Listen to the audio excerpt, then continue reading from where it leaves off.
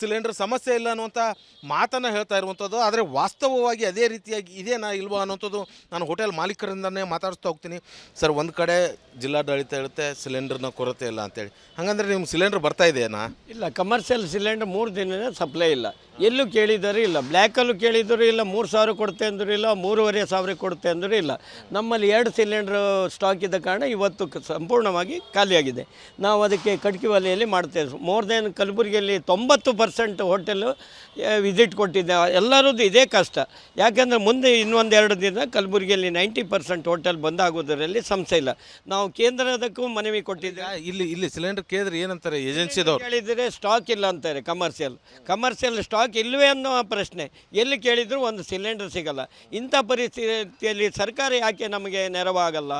ನಾವು ಹೇಗೆ ಬದುಕಬೇಕು? ನಮ್ಮಿಂದ 10 ಜನ ಲೇಬರ್ ಇರ್ತಾರೆ, ಸಾವಿರಾರು ಜನ ಒಂದು ಬದುಕುವಂಥ ಒಂದು ಉದ್ಯೋಗ ಇದು.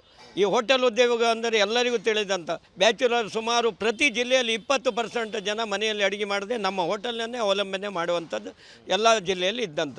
ಇಂಥ ಪರಿಸ್ಥಿತಿಯಲ್ಲಿ ಸರ್ಕಾರ ಯಾಕೆ ಕಮರ್ಷಿಯಲ್ ಗ್ಯಾಸ್ ಸಪ್ಲೈಗೆ ಒಂದು 20 ಹೋಗಲಿ 10 ಹೋಗಲಿ 5 ಹೋಗಲಿ 2 ನಮಗೆ ಸಪ್ಲೈ ಮಾಡಲಿ ಅಂತ ನಾವು ಮನವಿಯನ್ನು ಕೊಟ್ಟಿದ್ದೇವೆ. ಈಗ ಜಿಲ್ಲಾಧಿಕಾರಿಯವರಿಗೂ ನಾವು ನಾಳೆ ಪತ್ರಿಕಾ ಪ್ರಕಟಣೆ ಮೂಲಕ ನಾವು ಅವರನ್ನು ಸಂದರ್ಶನ ಮಾಡುತ್ತೇವೆ ಮತ್ತು ಕೇಂದ್ರಕ್ಕೂ ಮನವಿ ಕೊಟ್ಟಿದ್ದೇವೆ. ಕೇಂದ್ರದಲ್ಲಿ ಕೇಳಿದರೆ ಸಾಕಷ್ಟು ಗ್ಯಾಸ್ ಇದೆ ಅಂತೆ. ರಾಜ್ಯದವರು ನಮ್ಗೆ ಯಾಕೆ ಕಮರ್ಷಿಯಲ್ ಕೊಡುವುದಿಲ್ಲ?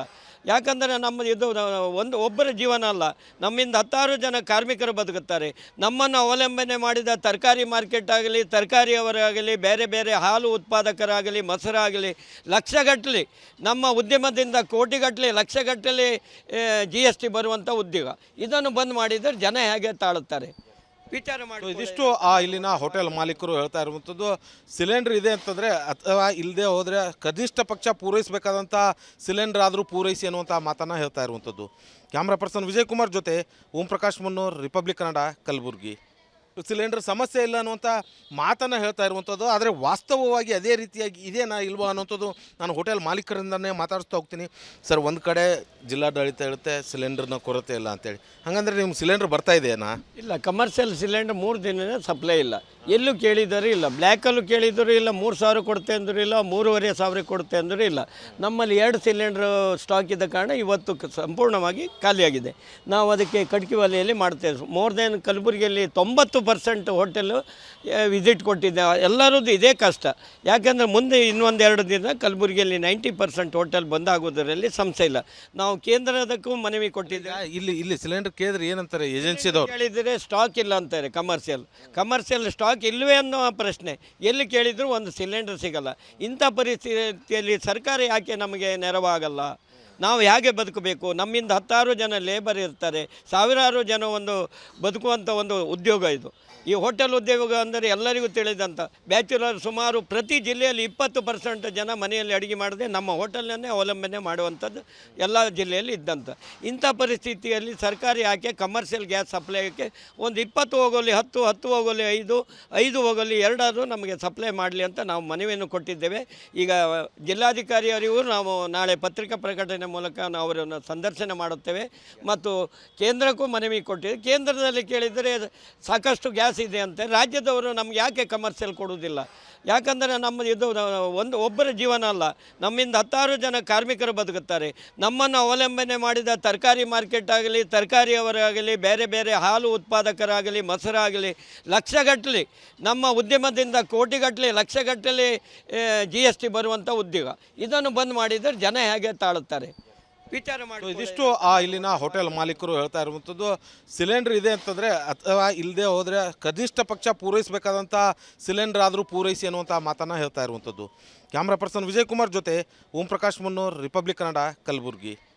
ಸಿಲಿಂಡರ್ ಸಮಸ್ಯೆ ಇಲ್ಲ ಅನ್ನುವಂಥ ಮಾತನ್ನು ಹೇಳ್ತಾ ಇರುವಂಥದ್ದು. ಆದರೆ ವಾಸ್ತವವಾಗಿ ಅದೇ ರೀತಿಯಾಗಿ ಇದೇನಾ ಇಲ್ವಾ ಅನ್ನುವಂಥದ್ದು ನಾನು ಹೋಟೆಲ್ ಮಾಲೀಕರಿಂದನೇ ಮಾತಾಡಿಸ್ತಾ ಹೋಗ್ತೀನಿ. ಸರ್, ಒಂದು ಕಡೆ ಜಿಲ್ಲಾಡಳಿತ ಹೇಳುತ್ತೆ ಸಿಲಿಂಡರ್ನ ಕೊರತೆ ಇಲ್ಲ ಅಂತೇಳಿ, ಹಾಗಂದ್ರೆ ನಿಮ್ಮ ಸಿಲಿಂಡರ್ ಬರ್ತಾ ಇದೆಯಾ? ಇಲ್ಲ, ಕಮರ್ಷಿಯಲ್ ಸಿಲಿಂಡರ್ 3 ದಿನದಿಂದ ಸಪ್ಲೈ ಇಲ್ಲ. ಎಲ್ಲೂ ಕೇಳಿದರೂ ಇಲ್ಲ. ಬ್ಲ್ಯಾಕಲ್ಲೂ ಕೇಳಿದರೂ ಇಲ್ಲ, 3,000 ಕೊಡ್ತೆ ಅಂದರೂ ಇಲ್ಲ, 3,500 ಕೊಡ್ತೆ ಅಂದರೂ ಇಲ್ಲ. ನಮ್ಮಲ್ಲಿ 2 ಸಿಲಿಂಡ್ರ್ ಸ್ಟಾಕ್ ಇದ್ದ ಕಾರಣ ಇವತ್ತು ಸಂಪೂರ್ಣವಾಗಿ ಖಾಲಿಯಾಗಿದೆ. ನಾವು ಅದಕ್ಕೆ ಕಟ್ಗೆ ಒಲೆಯಲ್ಲಿ ಮಾಡ್ತೇವೆ. ಮೋರ್ ದೆನ್ ಕಲಬುರಗಿಯಲ್ಲಿ 90% ಹೋಟೆಲ್ಲು ವಿಸಿಟ್ ಕೊಟ್ಟಿದ್ದೆ. ಎಲ್ಲರದ್ದು ಇದೇ ಕಷ್ಟ. ಯಾಕೆಂದರೆ ಮುಂದೆ ಇನ್ನೊಂದು 2 ದಿನ ಕಲಬುರಗಿಯಲ್ಲಿ 90% ಹೋಟೆಲ್ ಬಂದಾಗೋದರಲ್ಲಿ ಸಂಶಯ ಇಲ್ಲ.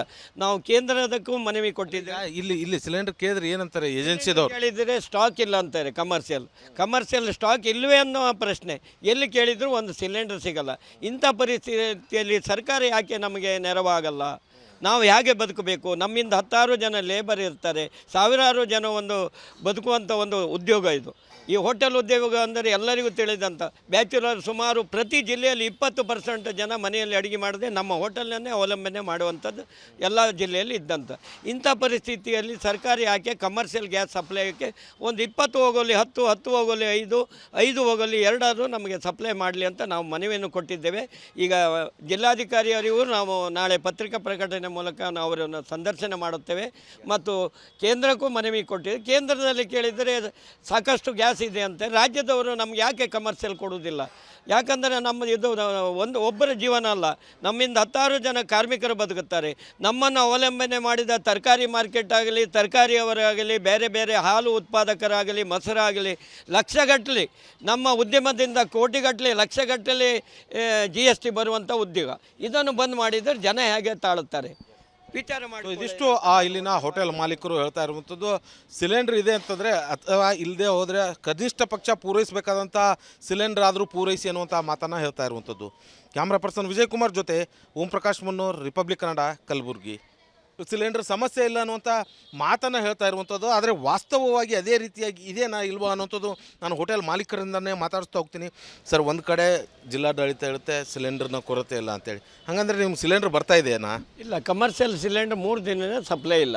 ಎಲ್ಲೂ ಕೇಳಿದರೂ ಇಲ್ಲ. ಬ್ಲ್ಯಾಕಲ್ಲೂ ಕೇಳಿದರೂ ಇಲ್ಲ, 3,000 ಕೊಡ್ತೆ ಅಂದರೂ ಇಲ್ಲ, 3,500 ಕೊಡ್ತೆ ಅಂದರೂ ಇಲ್ಲ. ನಮ್ಮಲ್ಲಿ 2 ಸಿಲಿಂಡ್ರ್ ಸ್ಟಾಕ್ ಇದ್ದ ಕಾರಣ ಇವತ್ತು ಸಂಪೂರ್ಣವಾಗಿ ಖಾಲಿಯಾಗಿದೆ. ನಾವು ಅದಕ್ಕೆ ಕಟ್ಗೆ ಒಲೆಯಲ್ಲಿ ಮಾಡ್ತೇವೆ. ಮೋರ್ ದೆನ್ ಕಲಬುರಗಿಯಲ್ಲಿ 90% ಹೋಟೆಲ್ಲು ವಿಸಿಟ್ ಕೊಟ್ಟಿದ್ದೆ. ಎಲ್ಲರದ್ದು ಇದೇ ಕಷ್ಟ. ಯಾಕೆಂದರೆ ಮುಂದೆ ಇನ್ನೊಂದು 2 ದಿನ ಕಲಬುರಗಿಯಲ್ಲಿ 90% ಹೋಟೆಲ್ ಬಂದಾಗೋದರಲ್ಲಿ ಸಂಶಯ ಇಲ್ಲ.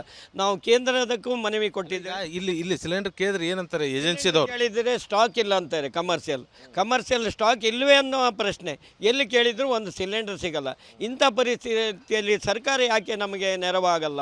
ನಾವು ಹೇಗೆ ಬದುಕಬೇಕು? ನಮ್ಮಿಂದ 10 ಜನ ಲೇಬರ್ ಇರ್ತಾರೆ, ಸಾವಿರಾರು ಜನ ಒಂದು ಬದುಕುವಂಥ ಒಂದು ಉದ್ಯೋಗ ಇದು. ಈ ಹೋಟೆಲ್ ಉದ್ಯೋಗ ಅಂದರೆ ಎಲ್ಲರಿಗೂ ತಿಳಿದಂಥ ಬ್ಯಾಚುಲರ್ ಸುಮಾರು ಪ್ರತಿ ಜಿಲ್ಲೆಯಲ್ಲಿ 20% ಜನ ಮನೆಯಲ್ಲಿ ಅಡುಗೆ ಮಾಡದೆ ನಮ್ಮ ಹೋಟೆಲನ್ನೇ ಅವಲಂಬನೆ ಮಾಡುವಂಥದ್ದು ಎಲ್ಲ ಜಿಲ್ಲೆಯಲ್ಲಿ ಇದ್ದಂಥ. ಇಂಥ ಪರಿಸ್ಥಿತಿಯಲ್ಲಿ ಸರ್ಕಾರ ಯಾಕೆ ಕಮರ್ಷಿಯಲ್ ಗ್ಯಾಸ್ ಸಪ್ಲೈಗೆ ಒಂದು 20 ಹೋಗಲಿ 10 ಹೋಗಲಿ 5 ಹೋಗಲಿ 2 ನಮಗೆ ಸಪ್ಲೈ ಮಾಡಲಿ ಅಂತ ನಾವು ಮನವಿಯನ್ನು ಕೊಟ್ಟಿದ್ದೇವೆ. ಈಗ ಜಿಲ್ಲಾಧಿಕಾರಿಯವರಿಗೂ ನಾವು ನಾಳೆ ಪತ್ರಿಕಾ ಪ್ರಕಟಣೆ ಮೂಲಕ ನಾವು ಅವರನ್ನು ಸಂದರ್ಶನ ಮಾಡುತ್ತೇವೆ ಮತ್ತು ಕೇಂದ್ರಕ್ಕೂ ಮನವಿ ಕೊಟ್ಟಿದ್ದೇವೆ. ಕೇಂದ್ರದಲ್ಲಿ ಕೇಳಿದರೆ ಸಾಕಷ್ಟು ಗ್ಯಾಸ್ ಇದೆ ಅಂತೆ. ರಾಜ್ಯದವರು ನಮ್ಗೆ ಯಾಕೆ ಕಮರ್ಷಿಯಲ್ ಕೊಡುವುದಿಲ್ಲ? ಯಾಕಂದರೆ ನಮ್ಮ ಒಬ್ಬರ ಜೀವನ ಅಲ್ಲ, ನಮ್ಮಿಂದ 10 ಜನ ಕಾರ್ಮಿಕರು ಬದುಕುತ್ತಾರೆ. ನಮ್ಮನ್ನು ಅವಲಂಬನೆ ಮಾಡಿದ ತರಕಾರಿ ಮಾರ್ಕೆಟ್ ಆಗಲಿ, ತರಕಾರಿಯವರಾಗಲಿ, ಬೇರೆ ಬೇರೆ ಹಾಲು ಉತ್ಪಾದಕರಾಗಲಿ, ಮೊಸರಾಗಲಿ, ಲಕ್ಷಗಟ್ಟಲೆ ನಮ್ಮ ಉದ್ಯಮದಿಂದ ಕೋಟಿಗಟ್ಟಲೆ ಲಕ್ಷಗಟ್ಟಲೆ GST ಬರುವಂಥ ಉದ್ಯೋಗ. ಇದನ್ನು ಬಂದ್ ಮಾಡಿದರೆ ಜನ ಹೇಗೆ ತಾಳುತ್ತಾರೆ? ವಿಚಾರ ಮಾಡಿ. ಇದಿಷ್ಟು ಇಲ್ಲಿನ ಹೋಟೆಲ್ ಮಾಲೀಕರು ಹೇಳ್ತಾ ಇರುವಂಥದ್ದು. ಸಿಲಿಂಡರ್ ಇದೆ ಅಂತಂದರೆ ಅಥವಾ ಇಲ್ಲದೆ ಹೋದರೆ ಕನಿಷ್ಠ ಪಕ್ಷ ಪೂರೈಸಬೇಕಾದಂಥ ಸಿಲಿಂಡರ್ ಆದರೂ ಪೂರೈಸಿ ಅನ್ನುವಂಥ ಮಾತನ್ನು ಹೇಳ್ತಾ ಇರುವಂಥದ್ದು. ಕ್ಯಾಮ್ರಾ ಪರ್ಸನ್ ವಿಜಯ್ ಕುಮಾರ್ ಜೊತೆ ಓಂ ಪ್ರಕಾಶ್ ಮುನ್ನೂರ್, ರಿಪಬ್ಲಿಕ್ ಕನ್ನಡ, ಕಲಬುರಗಿ.